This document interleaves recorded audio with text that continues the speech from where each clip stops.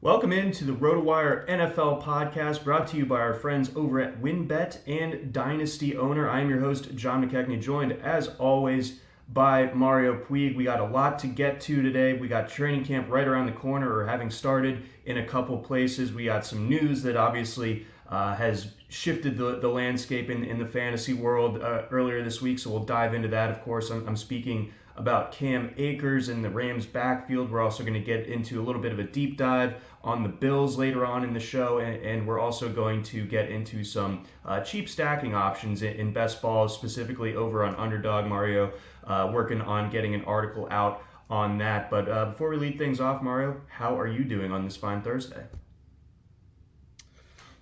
Fine. You know, I'm in Wisconsin. I guess you're not. But Nope. in Wisconsin, we care about the Bucks, and they won the championship, I guess. So that was kind of interesting. Otherwise, normal first week of training camp blues. Otherwise, I guess. Yeah, I feel you there. Seeing the footage, seeing the Snapchats from the friends up in Wisconsin, it looked like a absolutely electric atmosphere in Milwaukee and at the Deer District and everything like that. So even though I'm no longer in Wisconsin, I was very very happy for everybody that the Bucks were able to pull it off, and the Bucks and six prophecy once told by Brandon Jennings was indeed fulfilled. So Yeah. that was absolutely beautiful. I love that. But let's go ahead. Let's kick things off, Mario. The big elephant in the room, Cam Akers, tears his Achilles, and that's obviously just a crushing blow. He's someone who had kind of elevated himself in drafts into being a first round guy, someone that you could pick inside the top 10 and people wouldn't really battle lash at you too much one way or the other. And now that's completely off the table. So I guess starting things off, how does this adjust the first round for you? Does anyone move up? Is there any like obvious guy that's going to move up as a result and might be a bit of a landmine now that Akers is kind of out of the picture?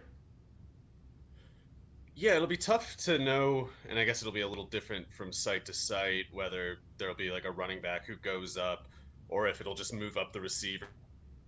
I guess there's been some effective zero running back propaganda published recently because people are taking the receivers higher and higher seemingly every day in like the underdog tournament drafts or so I don't know if that just means that instead of whatever Nick Chubb going into the top 9, maybe it just means like Tyreek Hill's going to move into the top 7 and Stephon Diggs is going to start going 9 and 10 more often, something like that.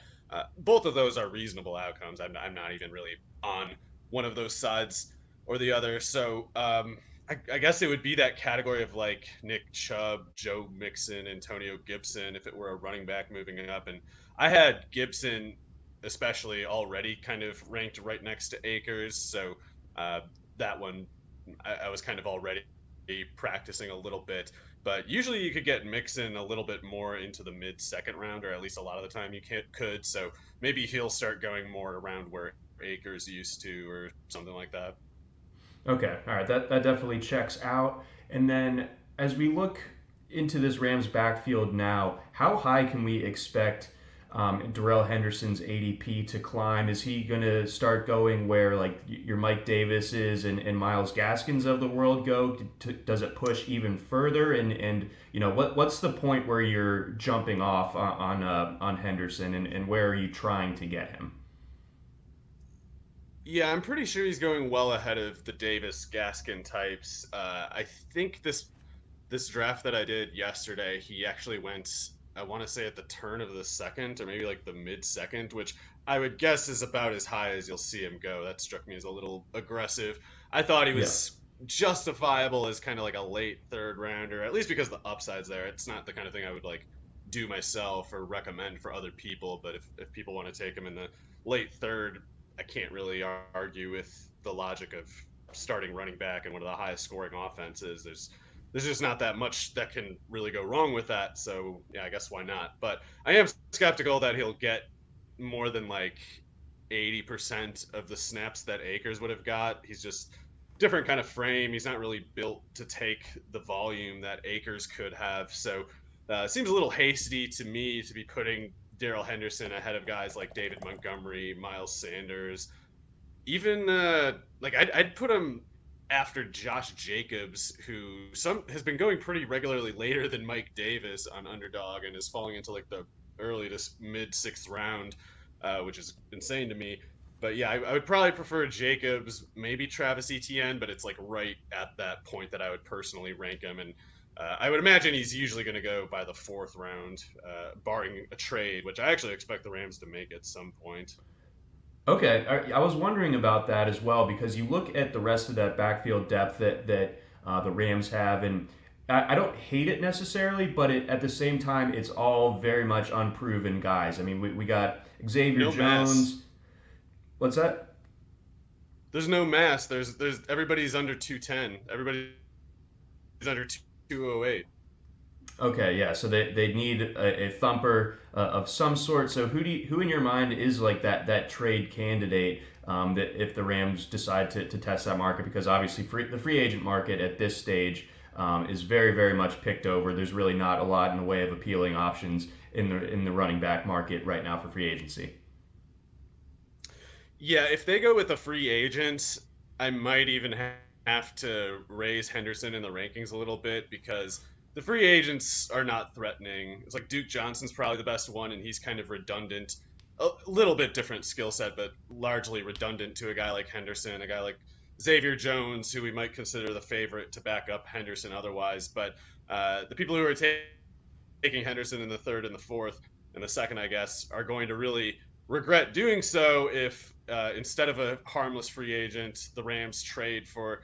I guess the worst case scenario for the Henderson investors would be someone like Ronald Jones, who, in any case, I would guess if they trade for a running back, it would be a guy who's on a 1 year deal because if you just trade for that player, use them a lot, have them have a good season in this offense that's supposed to score a lot of points, they can just walk in the next free. You can let them walk in the next free agency, and it'll be a deferral of 1 year, but you might get a compensatory draft pick that's as high or even higher than the one that you trade to get the guy. So if they trade a fourth rounder for Ronald Jones and he runs for 1,100 yards, over 5 yards a carry, Henderson probably does still something that pays off in like the seventh or eighth round or something like that. Certainly not the third or the fourth. But Jones would be only 25 next offseason, and if he has, a Pro Bowl kind of season, he might get paid, 8+ million a year and get them a fourth round compensatory pick. And they'll basically have just gotten kind of like a, not exactly free, but a rental where they just kind of like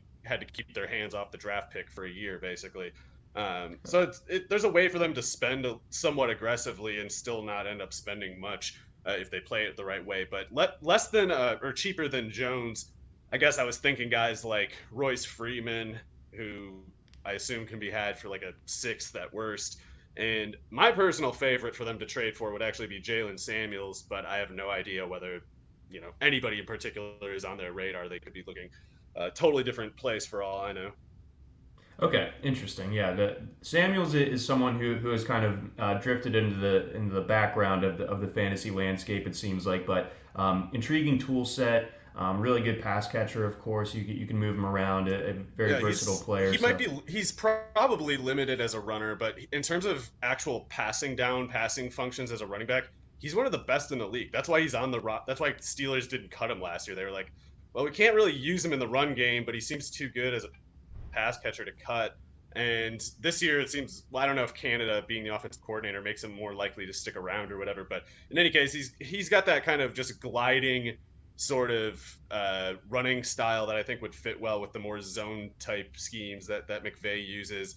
And Freeman, I don't know if he's good exactly, but I'm pretty sure he's capable of doing more than he did in Denver. So I think either one of them would be good enough for the Rams. And I think they would actually thrive in that role for the Rams. And they're both 25, 26, so they might sign for a fair amount of money in the next offseason if they have a good year. But yeah, somebody like that. And I guess if you're talking crustier veterans, someone might name Melvin Gordon or Jordan Howard or something, but I don't think Gordon fits them that well aesthetically. I don't know if he would be worth their trouble, really. Okay, interesting. And Denver obviously just went ahead and got him last year, so who knows if they want to hang on to him for the remainder of his contract.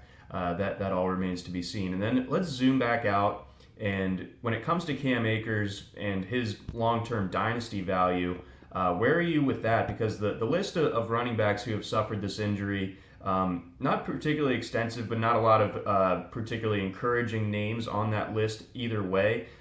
So when it comes to Akers in the long view, where do you stand? It's pretty concerning.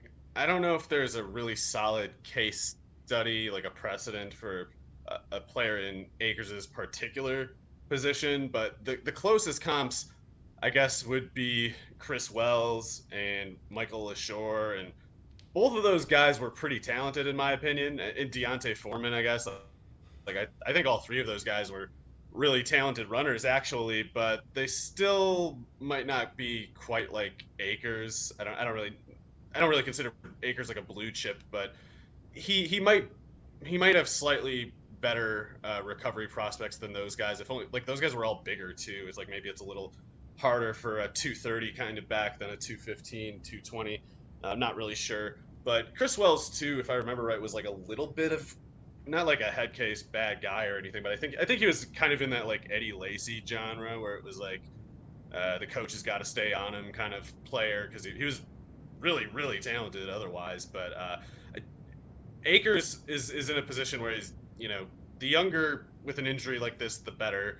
It's catastrophic either way, but at least he's 22 wherever he is and not older. And being less than 230, I hope makes him less susceptible to the effects of this than LaShore and Beanie Wells were.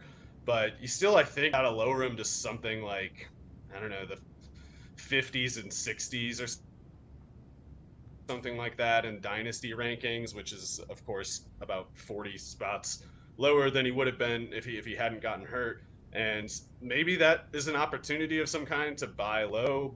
I don't really want to recommend it though exactly. I think it might be one of those things where it's like the Acres owners, investors might just want to hold on to him. I mean, if someone gives you a generous offer, of course take it, but Sure. maybe it'll be one of those cases where it's tough for either side to name a number that works for them. Yeah, there's like you said there's just not a ton of precedent to work with here to really set that baseline expectation of what Akers will look like on the other side of his recovery process from that ruptured Achilles, of course. So that makes him one of the more interesting dynasty assets that there is out there. Before we get on to some of those best ball stacks, we got a word from some of our sponsors here.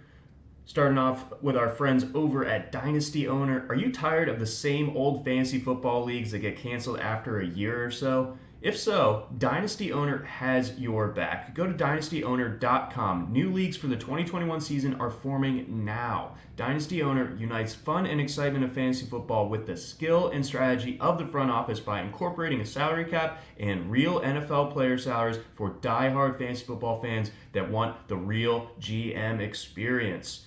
Dynasty Owner adds a whole new level of strategy. Are you worried that you won't be able to find anyone to play in your league? Don't worry. Dynasty Owner can help you fill your league with fantasy football enthusiasts like yourself. You won't have to worry about finding enough players. You can choose and start a league, join an existing one, or purchasing a team from a previous owner. If you're serious about joining the big leagues, go to dynastyowner.com and start your dynasty today. Mario, you are diving in right now on some prospective best ball stacks to target in Underdog over there. Obviously, they have a ton of best ball going on every single day. One team that you are identifying right now is the Miami Dolphins. So what's kind of your methodology on this one? Like what are you looking for in these stacks? Is it the fact that their ADPs are a little bit less cost prohibitive than other squads? Do you like the overall outlook of a certain offense? What's kind of your thought process on this? Yeah, the article that I'm going to post is going to try to go through the teams in question and kind of on a case by case basis lay out the approaches that might make sense for them because some offenses, I guess the most obvious illustration possible is the Chiefs. Pat Mahomes, Tyreek Hill, Travis Kelsey. The value there is obvious. You don't need to explain why you would go after all three of those guys.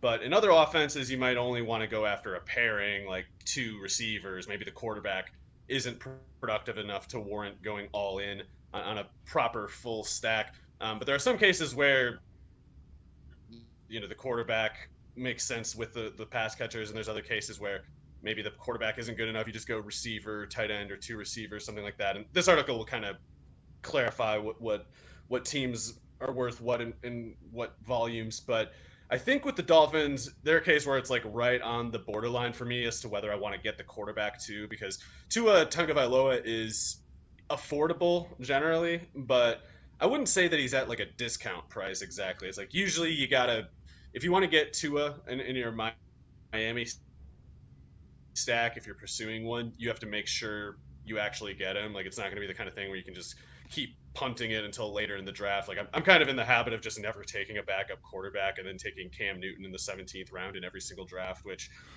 is too risky. I don't recommend other people do it, but it's what I keep doing because even when I'm trying to get a player like Tua, it's like they go in the 13th or the 14th or something when I'm still thinking about getting my Paris Campbells and Christian Kirks or whatever, and I don't have the discipline to remember to actually take him because it doesn't strike me as an obvious value, but I think it's a justifiable price even though I'm not drawn toward it because Tua could run a little tiny bit. Like he's the kind of guy who can at least those Ryan Tannehill like bootleg touchdowns in the red zone. Tua can do stuff like that. He can escape the pocket a little bit, but yeah, I generally want to get that rushing upside, and he's not really obvious enough for me to specifically target him. What I definitely like either way is the price of the Miami receivers, especially we're all three of rather, I guess, Will Fuller, Jalen Waddle, and Devontae Parker. I think Waddle and Parker are actually the best values because, I mean, Will Fuller, I think is totally legitimate talent. I don't think he was like a fluke or whatever last year in Houston. No. I thought Will Fuller last year is the Will Fuller he always could have been. But one game suspension, and of course he does have a durability history. So if 16 games is at best what he's looking at, you worry about that getting chopped down to 11 or 12 in a hurry there, and lessening the value, his theoretical value. But Waddle, that I know that ankle injury was of course brutal, but at least he doesn't have the injury rap sheet that Will Fuller does yet. Right, And he did like get back on the. And Waddle was able to get back on the field a little bit at the very end of the season, which was crazy.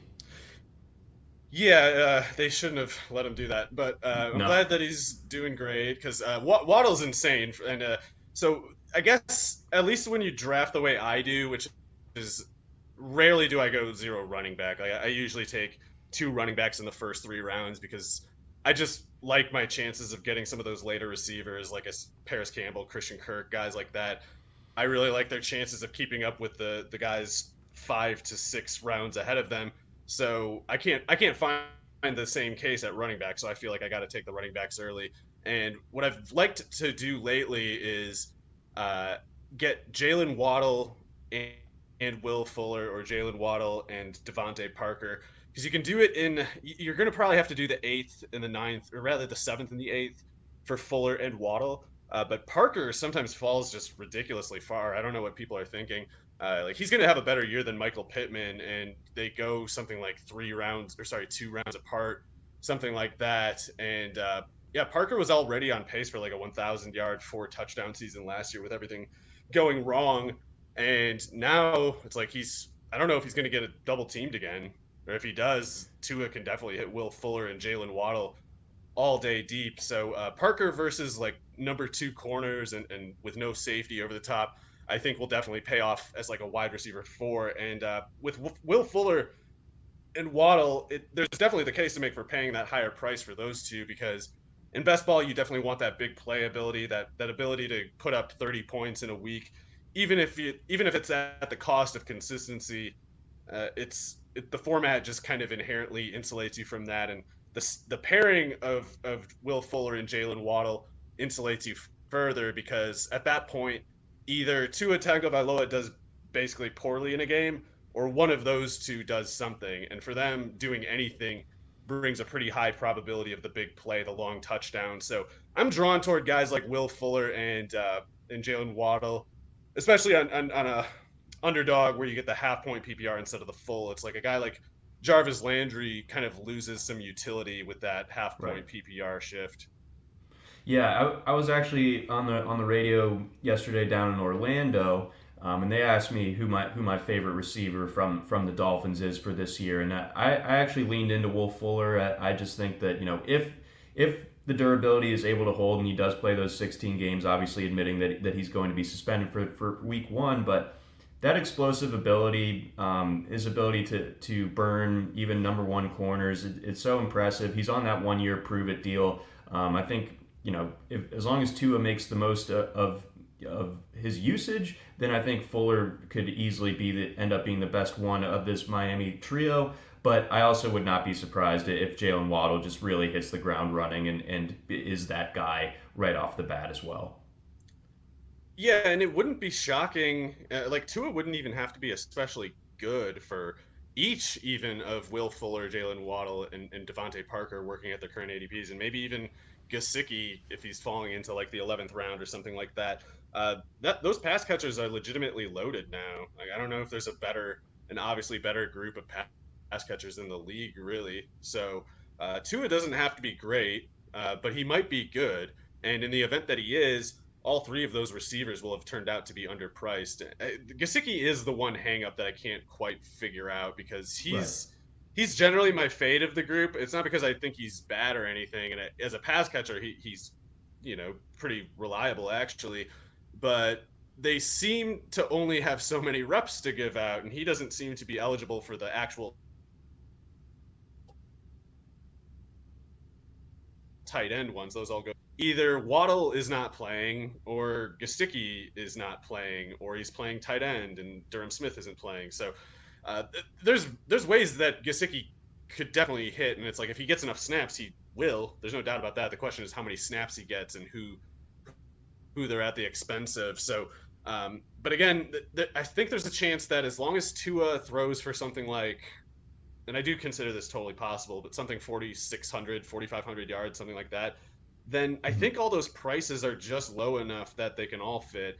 And when you're doing the kind of roster builds that I do specifically, where you're looking at two or three running backs going into the seventh round, and you only have like two receivers probably, getting a Will Fuller, Jalen Waddle as your wide receiver 3 and 4, like that's at once playing it kind of risky and cheap, but that is still locked into that scenario of like if Tua is anything other than bad, it'll work because they can kind of just do the handoff for the wide receiver 3 role, and the format being what it is means the inconsistency doesn't matter.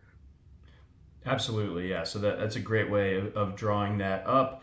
Let's bounce on over to another AFC squad, the Tennessee Titans. So it feels like they have kind of a pretty stratified usage tree. Obviously, you got A.J. Brown and Julio Jones. They're going to be eating up the bulk of the targets, and we know that the kind of workhorse that Derrick Henry is as well. So how are you approaching this offense, especially considering ADP, and how do you go about the stack?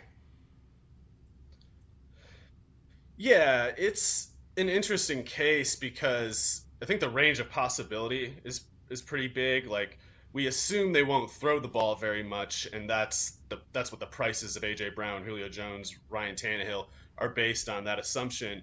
Yet with a defense as bad as that one, and or at least if it's as bad as it was last year again, they might not have the luxury of not throwing much. And then that's not even to consider the possibility that they just want to throw more anyway after spending a second round pick for a 33-year-old wide receiver at what's pretty clearly the closing of like their immediate Super Bowl sort of window, or at least Vrabel's job security. Mm.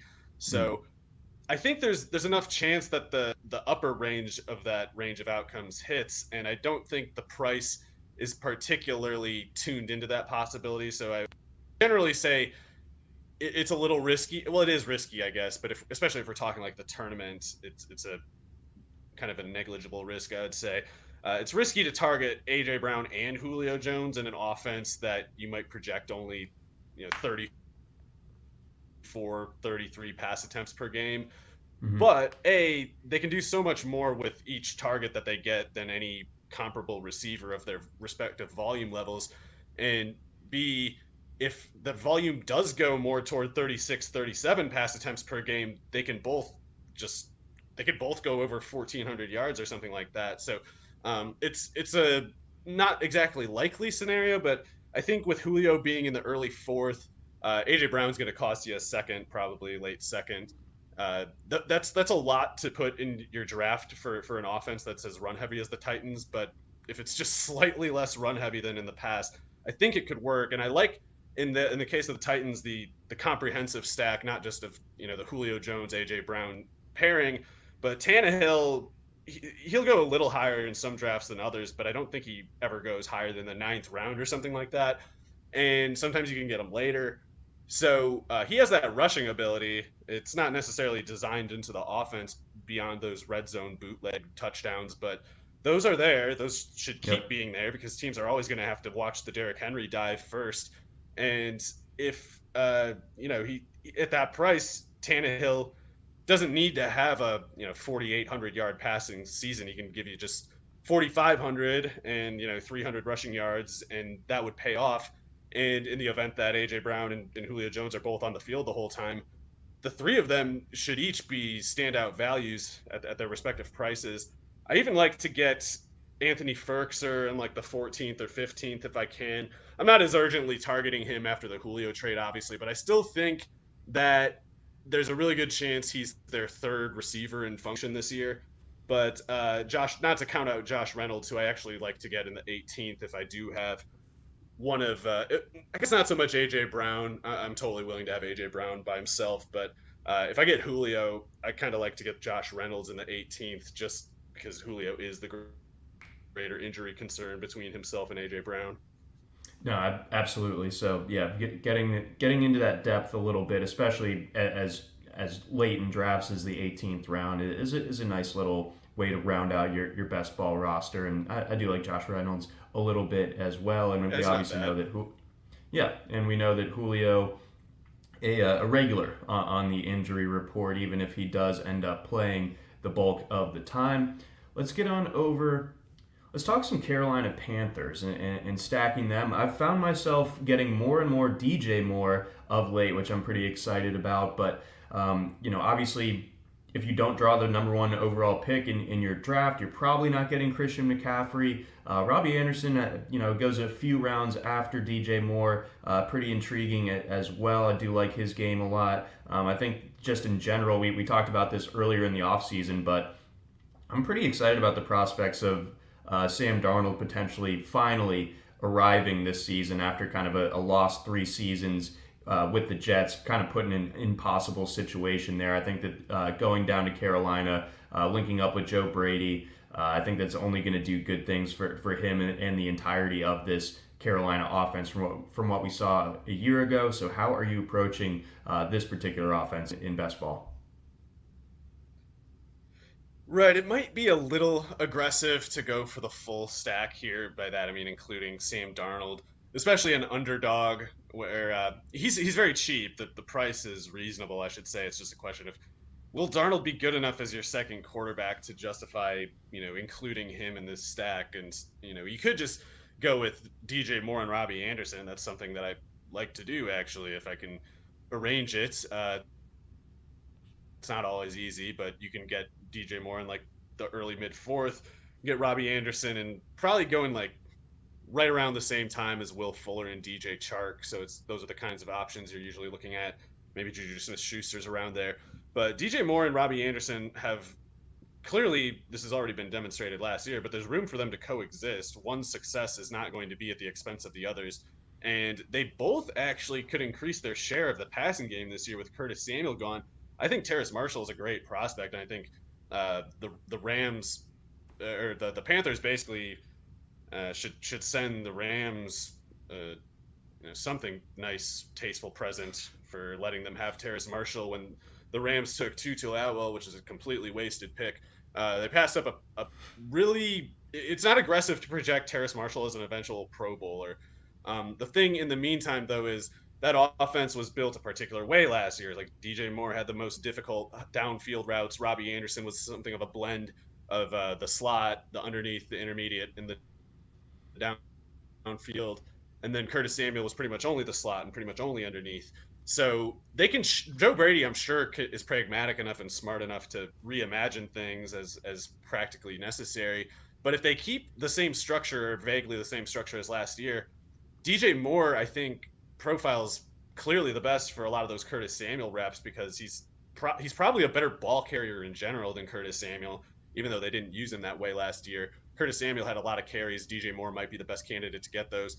And so I don't know if Terrace Marshall can really take if it requires Terrace Marshall to be like Curtis Samuel to get on the field and take any of the share that DJ Moore and Robbie Anderson had last year, then it's not happening because he's a different kind of player. He's closer to kind of like a DJ Chark sort of receiver. Like he can play the slot, but he's more of a 10 plus yards downfield kind of guy. It's like you put him in the slot because you want to get him on the quarter route against a safety or something because he'll burn them every time, but not because you want to give him a jet sweep or a screen pass. So if Terrace Marshall can't take the Curtis Samuel share, though, then it seems like DJ Moore has to take some of those slot snaps, and those are easier targets, so his catch rate will go up. I don't know if his yards per target will go down because he's very good after the catch. He doesn't need the air yardage to keep that yardage on the field. And Anderson, you just look at his peripherals, and it's real stable stuff. It's like that kind of per snap usage that he was generating and the efficiency that he did with that usage, if anything, merits more usage. So I really like to get a lot of DJ Moore and Robbie Anderson in the current market. And at the very least, in NFFC best ball, where they have the full point PPR, which helps given the uncertainty of how many touchdowns Darnold's going to throw this year. But in that 30 round NFFC type best ball, or any best ball out there that's more than 20 rounds, in that case, I definitely really like the full Carolina stack because then a player like Darnold has more obviously usefulness. You don't have to commit to him as a quarterback too. First of all, you probably want to get 3 quarterbacks in a format like that, and Darnold as your third quarterback with Moore and Anderson would be probably the best you could do for a stack of that kind of affordability in a league that deep. Right, exactly. And circling back to Terrace Marshall, if there's a guy that knows how to use him properly, it would be Joe Brady. Joe Brady, of course, the offensive coordinator at LSU in 2019. Marshall would put up great per game numbers that year. Obviously, was kind of the third wheel behind Justin Jefferson and Jamar Chase, of course, but still really, really productive. And I thought he played well last year, even with kind of crummy circumstances at LSU, and Brady obviously he was even better last year. Mm-hmm. Yeah, so I mean, even with that, the kind of uneven quarterback play that LSU had, I mean, I love Terrace Marshall. I think that eventually he's going to be a huge contributor. I'm not totally sure about him for this year, but again, he's going at a spot in drafts where it's not all that risky. Yeah, and the way that it would be, in my opinion, the best case scenario here is if Terrace Marshall is the starter, but it's basically DJ Moore replacing Curtis Samuel because Terrace Marshall outside, DJ Moore in the slot, Robbie Anderson outside. That could very quickly be maybe like one of the 10 most feared receiver rotations. But in the meantime, they might keep using DJ Moore in last year's role while having David Moore and Dan Arnold take the slot snaps that used to go to Samuel in a rotation with Terrace Marshall. I mean, so there's a few ways it could go, but man, if they find a good way to get Marshall and DJ Moore and Robbie Anderson on the field, then that would make me more at ease about Darnold's season because that's a lot of tough covers right there. It is, and I mean, what are your thoughts on? Is there any concern about the volume for those guys because Christian McCaffrey is going to be back in the mix, and if he's playing, he's going to be drawing several targets per game as well.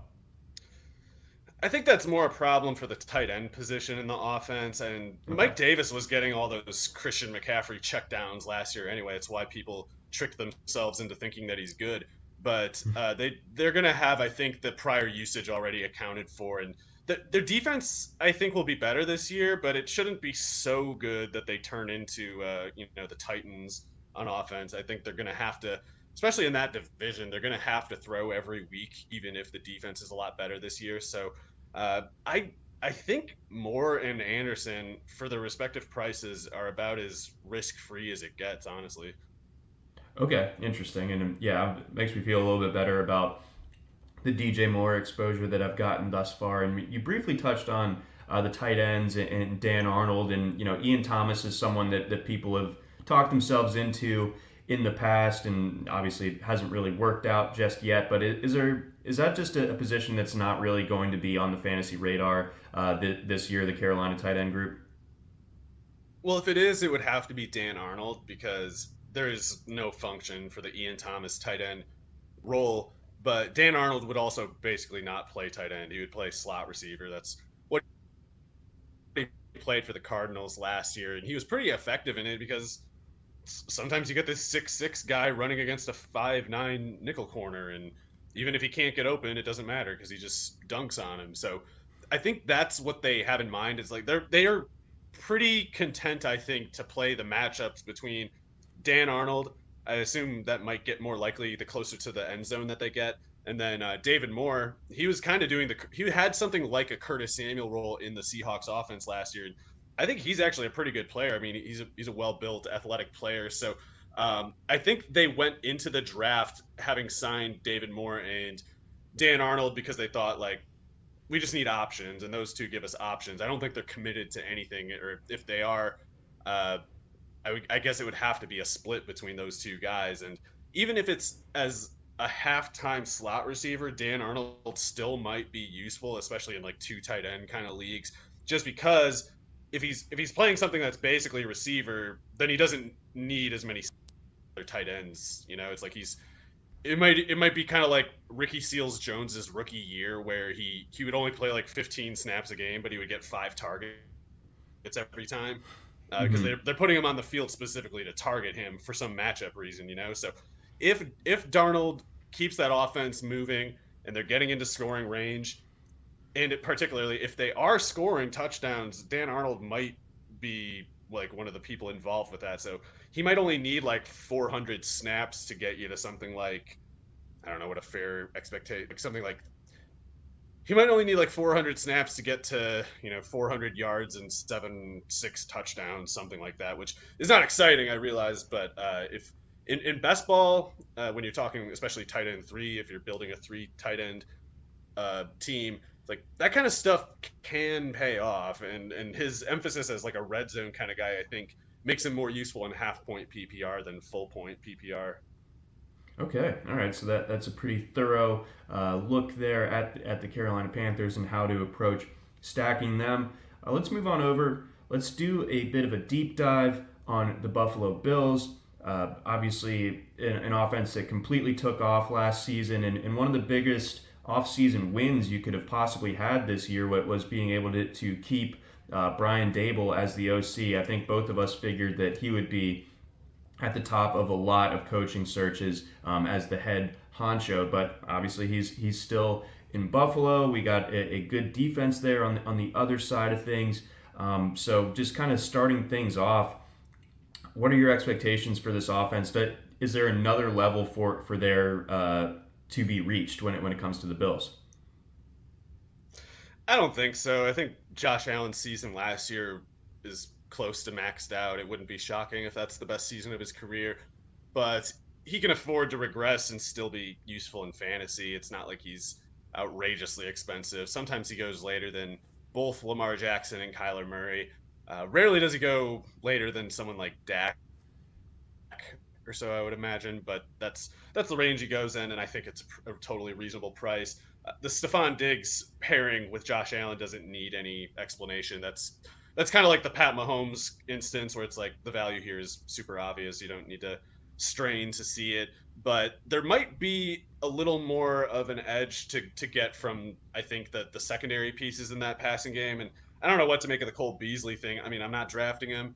I don't know how to advise people on something like that, but I don't know. I at the very least I'm enough more intrigued by Emmanuel Sanders that I don't really feel the need to spend much time on Cole Beasley because Sanders goes outrageously late. He goes the latest between himself, Cole Beasley, which is understandable, and Gabriel Davis, and not just later than Davis, but I'm pretty sure by usually a few rounds or more.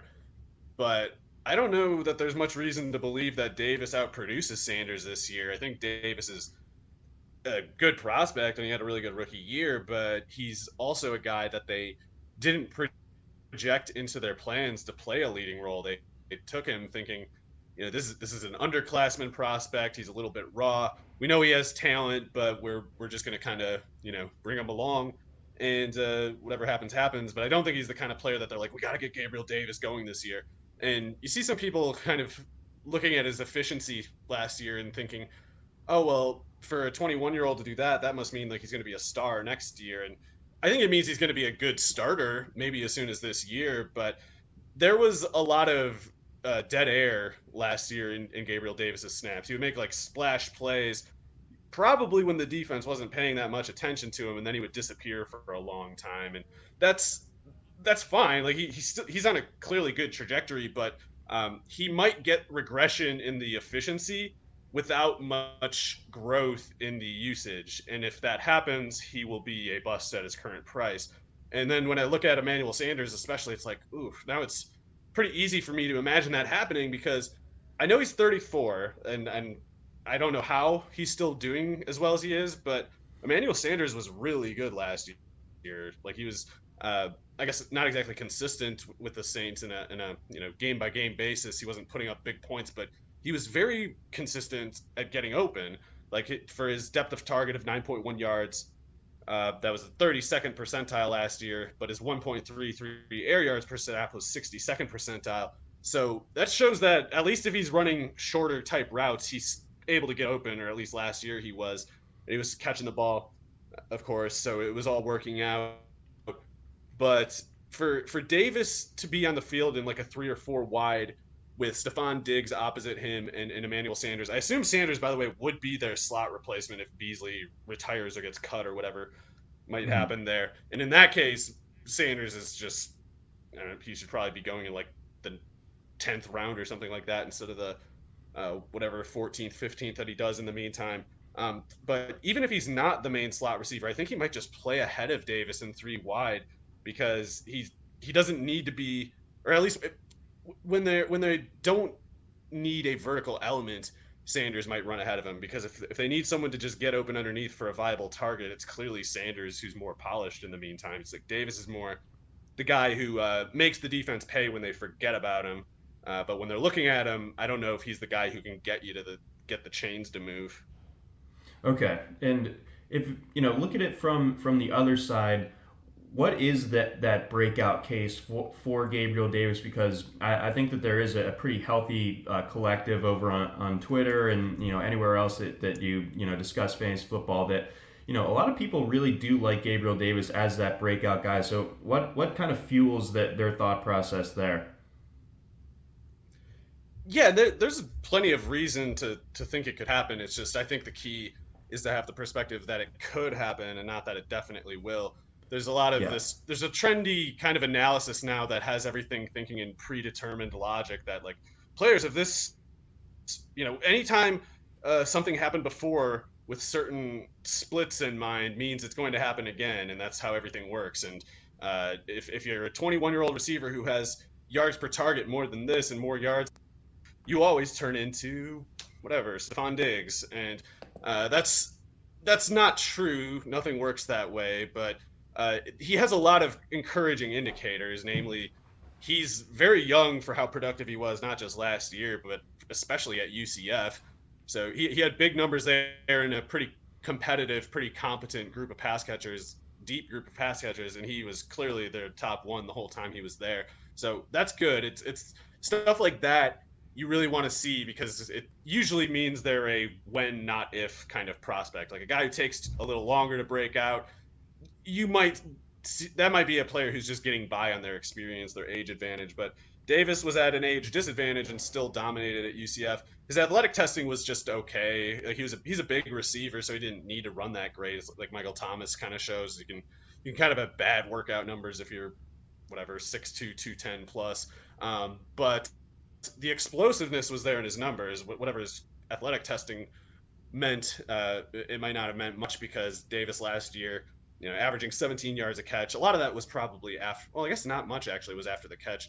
But the thing is, he was not getting open consistently. Like he was nailing a lot of big shots, and Yeah. they weren't asking him to make that many. So sometimes a guy like that, if they just get better in the off season, then they can come back next season, take more shots, and keep making them at the same rate they did before. But sometimes if you increase their shot volume, the efficiency just falls off and the returns diminish, and you don't even get any more than you did the prior year, even if the usage goes up. With here, in Davis's case, the reason I would say just consider him a possible breakout, like consider him the same sort of thing as like Mecole Hardman or something like that. People like to talk about how Mecole Hardman sucks now. Well, if they're not careful, they'll be saying Gabriel Davis sucks next year, even though he won't, even if he's somewhat disappointing this year. It's like a 22-year-old having an off season would not be weird, even if they turn out to be very good. But last year, like this is the main problem I have with assuming that it's going to happen. He averaged 15 yards depth of target, so he's Yeah. kind of a downfield specialist, and that's 90th percentile. And his air yards per snap was only 1.15, which is 47th percentile. So when you're generating that much air yardage per target and your air yardage per snap is that low, that just means there's a lot of snaps where you're not getting a target. And part of that is definitely just because Stephon Diggs is that automatic, and Cole Beasley Right. too. It's totally possible that Davis just couldn't draw, like it was impossible to draw more targets than he did, but it's an unknown. We can't confirm it either way. And I think them signing Sanders showed that I'm sure they love Davis. It's not like a concern with Davis that they have. They just were probably thinking like there's a chance he's not quite ready. Let's account for that. Be prepared for it. Now they can't be hurt if Davis is not quite ready. But there's a chance that he is. So I personally don't know how to make that call in the meantime. I think at the very least he needs to draw a lot more targets, and maybe Cole Beasley leaving would be the only condition that he needs to meet that. But there's a lot of uncertainty there, and it's totally possible that that Davis has a strong NFL career and still disappoints a lot of people this season just because he's so young, and the stuff that they're looking at, the sample that they're looking at from last year, is full of unsustainable details.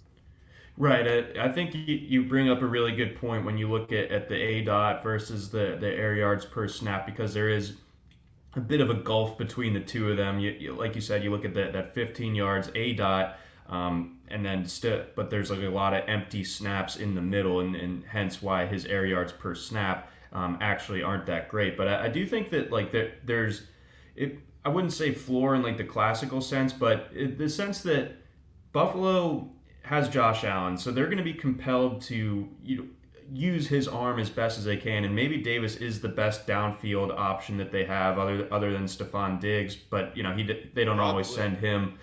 So I think that that type of function, and just like making the most of the threat that Josh Allen can pose as a deep ball passer, I think is going to keep Davis in the mix. So I like Davis much more in best ball than I do in redraft for that type of reason, because I think that week to week to consistency probably not going to be kind of his calling card. But I think his splash weeks, which I do believe he will have, can really be difference makers, where he slots in as your number two scoring receiver in a given week. Yeah, I think first of all, I think he's totally reasonable where people are taking him in drafts. Generally, it's not like I think he's a bust or something. It's not like a Pittman case to me. It's just that there's a certain risk that people should be aware of, and if they are, then the upside is of course justified pretty easily. But I generally think that you're right. He's going to get stuck with these deep passes, and that can be fun. Like if you're a wide receiver one and you're getting deep passes, that's often a recipe for some really big plays, some long touchdowns. But if you're only running those routes, you are at risk of becoming a decoy, and there's a chance that Davis is like, he's not going to be a decoy in the sense that they're just never throwing to him. But I just mean, when you're running that far downfield, it's easy for the quarterback to find a reason to throw it to somebody else. And it won't Yeah. have anything to do with how good Davis is. He could be doing his job perfectly, and him doing his job great, could just show up in the form of Emmanuel Sanders getting a 12-yard catch. And You don't get points for that as a Davis investor. So if Sanders is running underneath and if Diggs is running everywhere, then they tend to win the majority of the targets in that case. And Davis will probably be very effective on those deep targets, but it's just a small share to be working with. Right. Yeah, absolutely. So you got to be worried about what that volume ends up looking like for him.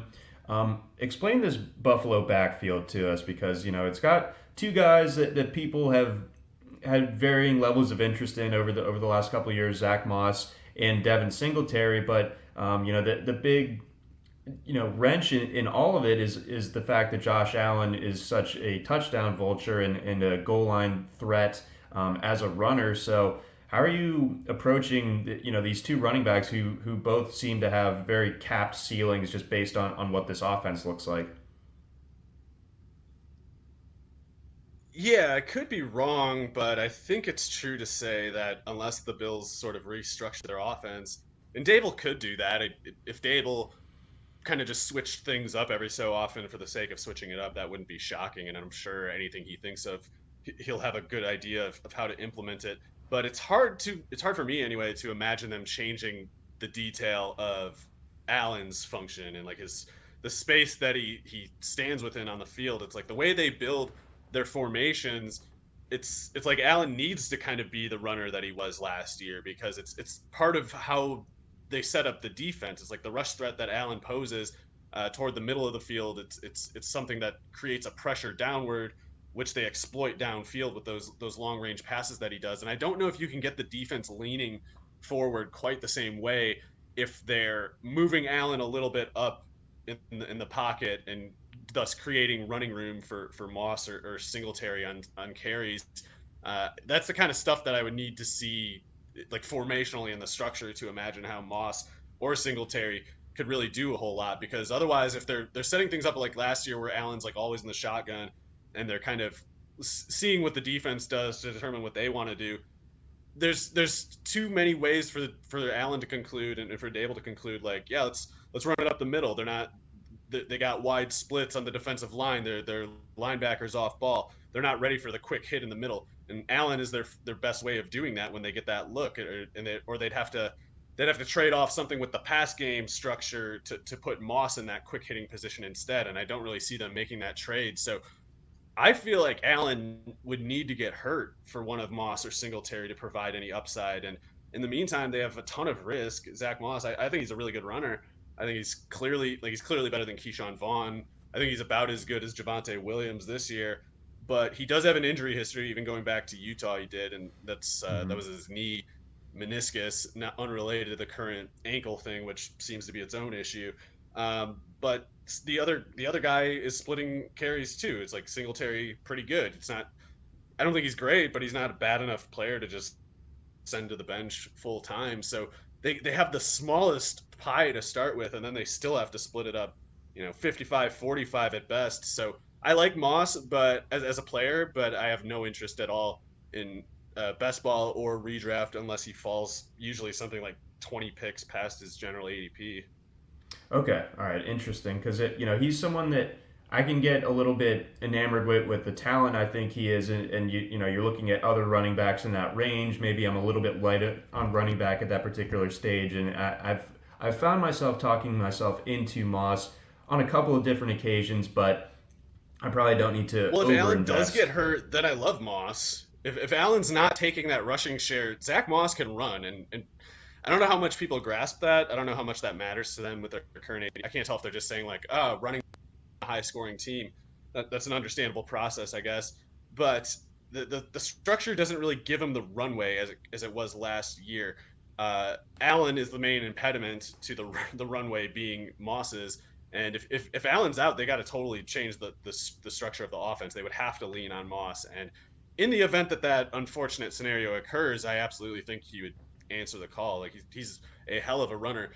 And I'm not really trying to bash Javante or anything, but these goldfish brains that can't watch that Miami highlights without just absolutely having their world just rearranged, their entire understanding of reality just built on the basis of that game.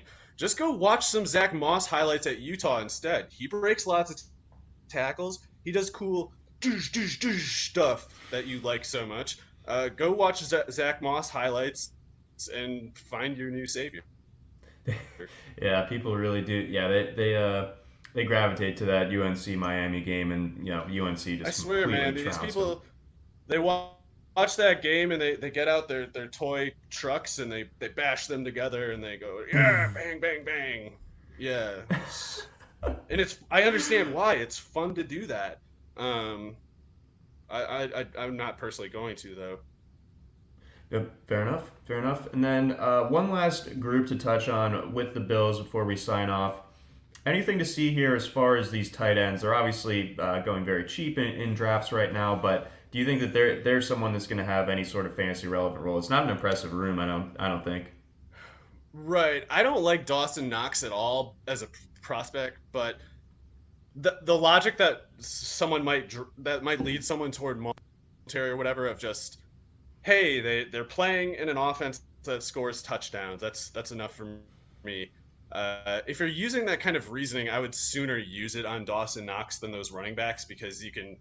It only takes the last round of the draft to apply it. You don't have to spend a 10th, 11th round pick to test that premise. It's just Dawson Knox in the 18th. Who cares?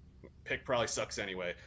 But at least he's a tight end where the bar is much lower than receiver. And if there is a guy who's kind of just ending up with touchdowns in that offense, I think Knox is a pretty good bet, just because it's like, it's just easy to imagine a defense not covering him in the red zone. They have too many other things to worry about.